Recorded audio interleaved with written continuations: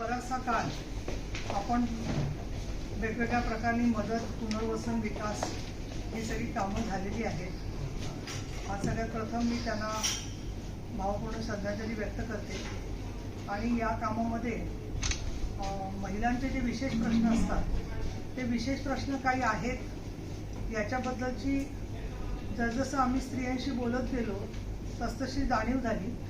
आणि त्याच्यामुळे शासनाच्या धोरणांच्या मध्ये आणि त्याचबरोबर गावाच्या पुनर्वसनामध्ये स्त्रियांच्या नजरेतून जगाकडे आणि गावाकडे पाहूया ही जी भूमिका अनेक ठिकाणी मांडणं गरजेचं असतं। त्याच्यामध्ये विधवा भगिनींचे प्रश्न होते की जे आपण कोविडमध्ये सुद्धा पाहिले। संपत्ती कोणाकडे जाणार, त्या शेती त्यांच्याचकडे मालकी राहणार की नाही याच्यासारखे प्रश्न होते। घरं बांधून झाली, घरं पती पत्नी दोघांच्या नावाने देण्याचा निर्णय राज्य शासनाने घेतला। या सगळ्यामध्ये आमचाही काही ना काही वाटा आणि सहभाग राहिलेला आहे। विधिमंडळामध्ये सुद्धा या विषयावरती मी अनेक वेळा चर्चा घेतलेली आहे। आणि आज आम्ही किल्लारीला अभिवादन केलं।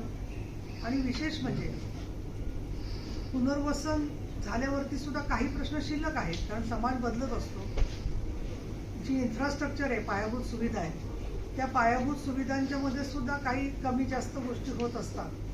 परंतु एका मुद्द्याचा मला खास उल्लेख करायला पाहिजे आणि तो म्हणजे 2016 मध्ये मी ज्यावेळेला इथे भेट दिली होती, दरवर्षी 2-3दा माझं बोलणं होतंच, भेटी होतातच कार्यक्रमाच्या निमित्ताने इकडे करत। त्यावेळेला माझ्या निदर्शनाला आलं की 2000 पर्यंत प्रत्येक जण जवळजवळ सर्वजण घरात आपल्याला राहायला गेल्यावरती ही जी गावठाणं होती ती गावठाणं मात्र तशीच अर्धवट अवस्थेमध्ये पडलेली होती।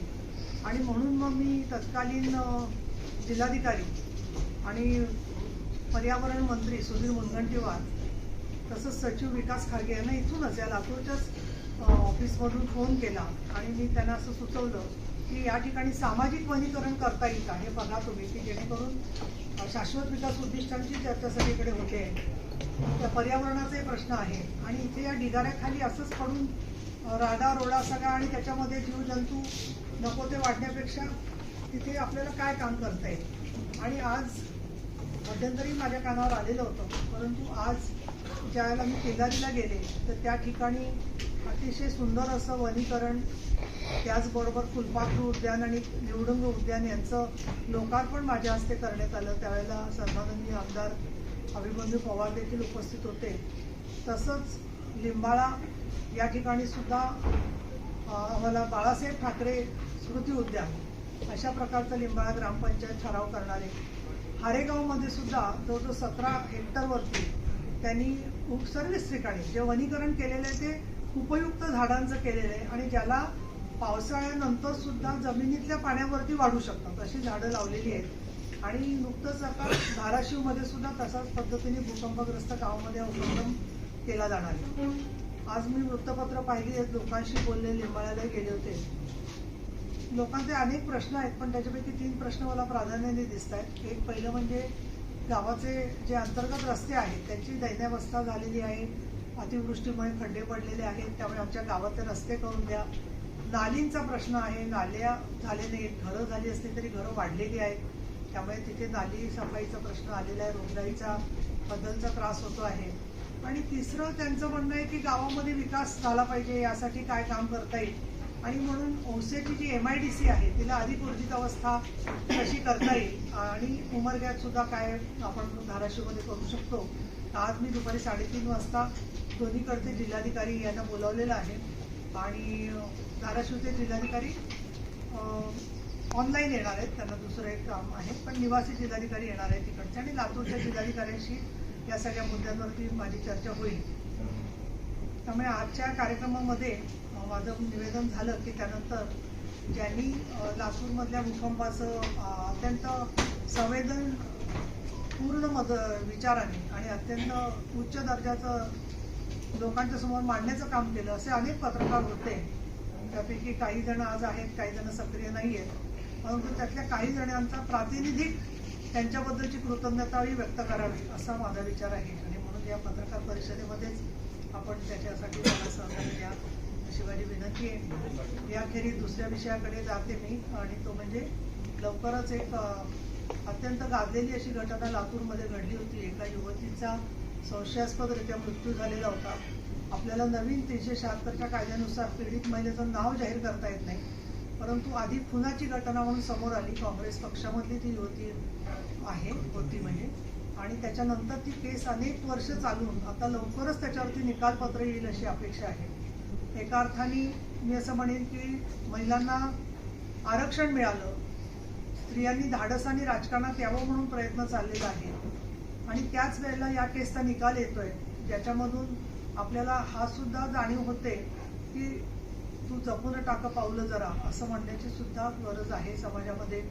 आणि आरोपी किंवा जे गुन्हेगार आहेत त्यांना मात्र कुठल्याही पद्धतीची बंधनं येण्यासाठी खूप दीर्घ काळ जातो, हे आपल्याला चित्र दिसतंय. आमचा न्यायदेवतेवर विश्वास आहे. अनेक 5 वेळेला वेगवेगळ्या एजन्सीज करून तपासून हा केस इथपर्यंत पोहोचलेली आहे.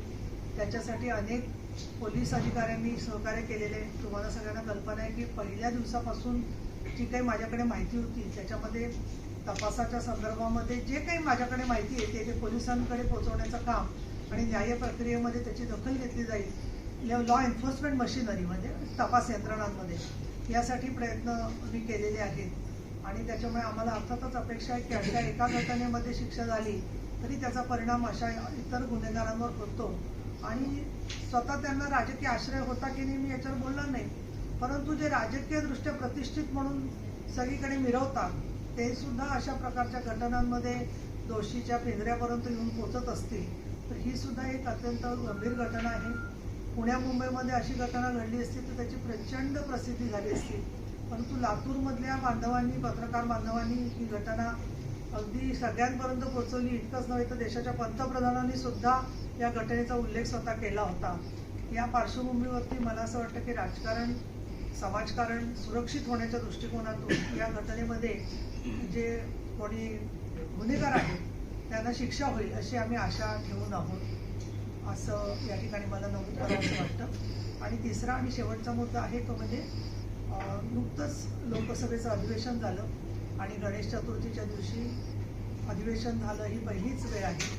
आणि त्यामध्ये सुरुवातीलाच म्हणजे अगदी शेवटच्या दिवशी, शेवटच्या क्षणी विधेयकं अनेक वेळा मंजूर केली जातात, तसं न होता सुरुवातीलाच संकेत मिळाले की स्त्री शक्ती वंदन विधेयक, की जे 12 सप्टेंबर 1996ला लोकसभेमध्ये टाकण्यात आलं होतं, विधेयक मांडण्यात आलं होतं. योगायोगाने 12 सप्टेंबर माझा वाढदिवस आहे, पण त्या दिवशी केलेलं विधेयक काही ते झालं नाही. परंतु या वाढदिवसाच्या आधी ते विधेयकाला निदान पुढचा राजमार्ग मिळाला. त्यानंतर ते 2010मध्ये मांडलं गेलं. 2014ची लोकसभा भंग झाल्यावर हे बिल सुद्धा व्यपगत झालं आणि आता नवीन स्वरूपामध्ये समोर आलं. त्याच्यामध्ये महिलांना लोकसभा आणि विधानसभेत 1/3 आरक्षण आहे, परंतु एक थोडासा अपप्रचार बाहेर होतोय की अनुसूचित जाती जमातीच्या महिलांना त्याच्यात आरक्षण नाहीये, पण तसा तो नाहीये. प्रत्यक्षामध्ये 1/3 आरक्षण अनुसूचित जाती जमातीच्या महिलांना सुद्धा आहे असं त्या विधेयकात म्हटलेलं आहे. विधेयकाची प्रत आपल्याला मिळाली असेलच, नसेल मिळाली तर ती प्रत या पत्रकार परिषदेनंतर आपल्याला सगळ्यांना मी शेअर करणार आहे. आणि 1/3 आरक्षणाच्या बरोबर काही कारणं त्यांनी दिलेली आहेत की का आपण हे आरक्षण विधेयक आणतोय. आणि एक म्हटलेलं आहे की सबका साथ सबका विकास असावा. दुसरं म्हटलेलं आहे की पंचायत राजमध्ये स्त्रियांना जेव्हा 33% आरक्षण मिळालं आणि नंतर 50%, तर त्यांनी निर्णय प्रक्रियेत चांगला सहभाग दाखवलेला आहे. तिसरं म्हणजे देशाच्या विकासामध्ये स्त्रिया जर का निर्णयात सहभागी असतील तर देशाचा विकास होण्यासाठी नागरिक म्हणून त्यांचं योगदान महत्त्वाचं आहे आणि म्हणून त्यांना निर्णय प्रक्रियेत सहभागी व्हावं अशा प्रकारची त्यांनी अपेक्षा मांडलेली आहे. स्वतः नरेंद्र मोदीजींनी हे विधेयक मांडण्यासाठी जी चालना दिली किंवा जी भूमिका घेतली ठामपणाने, त्याबद्दल आम्ही त्यांचे ऋणी आहोत. NDAचे आणि शिवसेना त्याचा घटक पक्ष आहे. लोकसभेमध्ये हे फक्त 2 मतांनी विरोध होऊन मंजूर झालं. राज्यसभेमध्ये 215, म्हणजे सर्वच्या खासदार सर्व उपस्थित आहेत आणि सर्वांनी पाठिंबा दिला अशा प्रकारचं हे विधेयक मंजूर झालेलं आहे. मतदारसंघांची पुनर्रचना आणि जनगणना या 2 गोष्टींच्यामुळे त्याला काही काळ लागणार आहे. बरेच लोक म्हणतात की इतकं असं उशिरा येणारं बिल म्हणजे महिलांशी प्रतारणा आहे, तर त्यामुळे आम्हाला तुलना करायला विषय असा आहे की 27 वर्षाची प्रतारणा का 12 वर्षाची प्रतारणा. त्यामुळे महिलांच्या शक्तीशी प्रतारणाच केलेली सगळ्यांना. पण मोदी साहेबांनी जर का एक मार्ग दाखवलेला आहे आणि त्याच्यामधून आज ना उद्या महिलांना सहभाग मिळणार असेल तर देर आहे दुरुस्त आहे असं मी म्हणेन. दुसरं काही जणांचा आक्षेप असा आहे की वंदन नको आम्हाला वंदन नको आणि बंधनही नको. ठीक आहे, कोणीतरी आपला अपमान करण्यापेक्षा वंदन केलं तर काही वाईट काही नाही त्याच्यामध्ये. त्यांची भूमिका आहे ती वंदन करण्याची जी आहे तो एक भाग आहे त्यामध्ये. आणि तिसरं मला अशी एक आशा आहे की जेव्हा पुनर्रचना होईल तेव्हा आधीच्या वेळेला सुद्धा पुनर्रचना होताना मतदारसंघ बदलले, पण यावेळेला लोकसंख्येचं प्रमाण भरपूर वाढलेलं असल्यामुळे मतदारसंघांची संख्या वाढायची शक्यता आहे. आणि तसं जर का झालं तर एखाद्या जिल्ह्यात समजा 10 जागा असतील किंवा 9 जागा असतील आणि मतदारसंघांची रचना वाढून 3 किंवा 4 जागा वाढल्या तर महिला आरक्षणाचा प्रश्न आपोआपच त्याच्यामध्ये लोकांचा सहभाग आणि सहकार्य मिळेल आणि म्हणून हा एक मार्ग काढलेला असू शकतो असं मला वाटतं. दुसरं, राजकीय पक्षांचं नेहमी म्हणणं असतं की महिला आघाडी करणं अवघड असतं आणि ते खरं आहे. आम्हाला आमचे सगळे पदाधिकारी सांगतात. आज इथे सगळे काकडे जे आहेत संपर्क प्रमुख वळवंत जाधव आहे, महिला आघाडीच्या कार्यकर्ते जिल्हा प्रमुख आहेत. पण हे सगळं असलं तरी आता राजकीय पक्षांना तयारी करायला वेळ भरपूर मिळणार आहे आणि महिला कार्यकर्ते ठरवू शकतील की आपण साधारण कुठला मतदारसंघ झाला आरक्षित तर आपण कुठे काम करू शकतो याच्याबद्दल कळेल. दुसरं, दर वेळेला आरक्षण बदलणार नाहीये. जिल्हा परिषद पंचायत समितीसारखं दर 15 वर्षांनी आरक्षण बदलणार आहे. म्हणजे 3 वेळची तरी कंटिन्युटी त्यांना मिळू शकते आणि 3 वेळेला झाल्यानंतर परत काही काळाने तो मतदारसंघ खुला होऊ शकतो. आता त्याच्यात ओबीसी आणि मुस्लिम आरक्षणाच्या बद्दल काहींचे प्रश्न आहेत, पण राज्यघटनेच्या तरतुदीनुसार जोपर्यंत ज्या घटकांना आरक्षण मिळत नाही तोपर्यंत एकाच विधेयकामध्ये अशा घटकांना आरक्षण देता येत नाही ही वस्तुस्थिती आहे.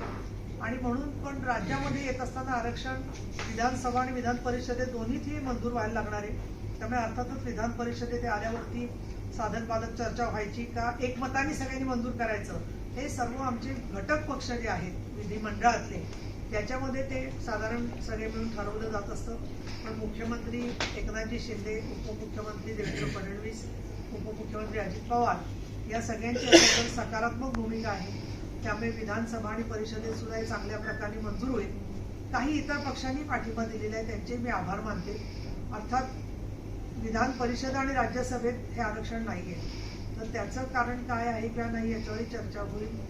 आणि मतदारसंघ पुनर्रचना किंवा जनगणना हा प्रश्न खरा तर राज्यसभा किंवा विधान परिषदेत नाही आहे, त्यामुळे ते आरक्षण लगेच लागू होऊ शकलं असतं, पण अजून ते काही झाले नाही प्रगती. मला असं वाटतं की हळूहळू चर्चेमधून कोणाची किती राजकीय इच्छाशक्ती आहे त्यामधून हे मुद्दे स्पष्ट होतील. आरक्षण मिळाले चांगली गोष्ट आहे, पण स्त्रियांना सुद्धा आरक्षण मिळाल्यावर स्वतःची गुणवत्ता वाढवायला लागणार आहे. कारण आता स्त्रियांच्या मध्ये सुद्धा तिकिटात स्पर्धा होणार आहे. स्त्री आहे म्हणून फक्त प्रेफरन्स मिळतो असं होत नाही, तर स्वतःची गुणवत्ता काय, जनाधार काय, आपण वेळ किती देतोय, काम कसं करतोय, या प्रत्येक बाबतीमधली मतदार शेवटी पुरुष पण आहे, महिलाच फक्त मतदार नाही आहेत, पुरुष पण आहे. ह्या सगळ्या मुद्द्यांचा विचार केला तर आरक्षणाचा मुळे पुढच्या काळामध्ये महाराष्ट्राचं आणि भारताचं राजकीय चित्र बदललेलं दिसेल, त्याचं स्वरूप बदललेलं दिसेल असं मला वाटतं. तर मी या ठिकाणी थांबते. भूकंपग्रस्तांचे प्रश्न